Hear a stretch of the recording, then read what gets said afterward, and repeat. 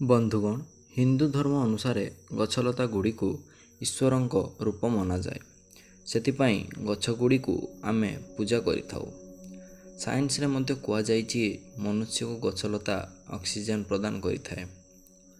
ଫଳ, ଫୁଲ, କାଠ ଭଳି ସାମଗ୍ରୀ ଆମେ ଗଛରୁ ପାଇଥାଉ। ଶାସ୍ତ୍ରରେ ଗଛଲତା ଗୁଡ଼ିକୁ ଗୁଣକାରୀ କୁହାଯାଇଛି। ଶରୀରର ଅନେକ ରୋଗ ଗଛଲତା ଦ୍ୱାରା ଭଲ ହୋଇଥାଏ।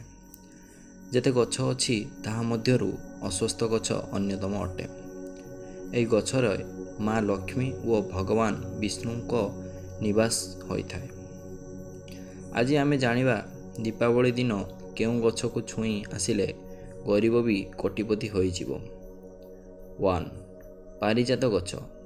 ଏହି ଗଛ ସମୁଦ୍ର ମନ୍ଥନ ସମୟରେ ଉତ୍ପନ୍ନ ହୋଇଥିଲା।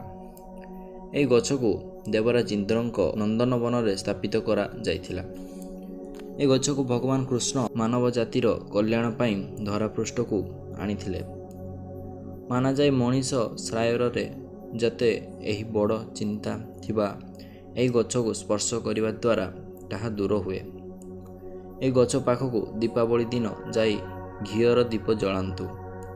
ଏହାପରେ ଗୋଟିଏ ଲବଙ୍ଗ ଓ କର୍ପୂର ରଖିକି ନିଜର ମନସ୍କାମନା କୁହନ୍ତୁ। ଏହି ଗଛକୁ ଛୁଇଁବା ପରେ ଲହୁଣୀର ଭୋଗ ଲଗାନ୍ତୁ। ଏହି ଉପାୟଟି କରିଲେ ଶନି ଦଶା ଦୂର ହୋଇଥାଏ। ବେଲଗଛ। ବେଲଗଛକୁ ମାତା ପାର୍ବତୀଙ୍କ ସ୍ୱରୂପ କୁହାଯାଏ, କାରଣ ଏହି ଗଛ ମା ପାର୍ବତୀଙ୍କ ଝାଳରୁ ଉତ୍ପନ୍ନ ହୋଇଥିଲା। ଏହି ଗଛର ପତ୍ରରେ ଭଗବାନ ଶିବ, ଡାଳରେ ମା ପାର୍ବତୀ ଓ ମୂଳ ଭଗବାନ ବ୍ରହ୍ମା ଓ ମଧ୍ୟଭାଗରେ ଭଗବାନ ବିଷ୍ଣୁ ବାସ କରିଥାନ୍ତି। ଦୀପାବଳି ଦିନ ସନ୍ଧ୍ୟାରେ ବେଲଗଛକୁ ପାକାଉ ଯାଇ ଘିଅରେ ଦୀପ ଜଳାଇ ଲହୁଣୀ ଭୋଗ ଲଗାନ୍ତୁ। ଏହାଦ୍ୱାରା ଧନ, ଗୁଣ ଓ ମହାଦେବଙ୍କ କୃପା ପ୍ରାପ୍ତ ହୁଏ। ଏହା ସହ ଯେତେ ସବୁ ପାପ ଲାଗିଥାଏ ତାହା ଦୂର ହୁଏ। ପୂର୍ବ ଭଳି ଲବଙ୍ଗ, କର୍ପୂର ଜଳାଇ ନିଜର ଇଚ୍ଛା କୁହନ୍ତୁ।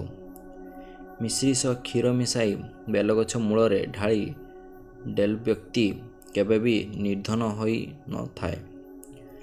ନିମ ଗଛ। ଦୀପାବଳି ଦିନ ନିମ ଗଛ ମୂଳେ ତମ୍ବା ପତ୍ରରେ କ୍ଷୀର ନେଇ ଅଭିଷେକ କରନ୍ତୁ। କ୍ଷୀରରେ ମିଶ୍ରି ମିଶାନ୍ତୁ। ଏହି କ୍ଷୀରକୁ ନିମ ଗଛ ମୂଳେ ଅର୍ପଣ କରନ୍ତୁ। ଏହାପରେ ଗୋଟାଏ ଲବଙ୍ଗ ଓ କର୍ପୂର ଜଳାଇ ନିଜର ମନସ୍କାମନା କୁହନ୍ତୁ। ଏହାପରେ ନିମ ଗଛକୁ ସ୍ପର୍ଶ କରନ୍ତୁ। ଏହି ଉପାୟ ଗୁଡ଼ିକ ଅବଲମ୍ବନ କରିଲେ ଆପଣଙ୍କ ଜୀବନ ନିଶ୍ଚିତ ପରିବର୍ତ୍ତନ ହେବ।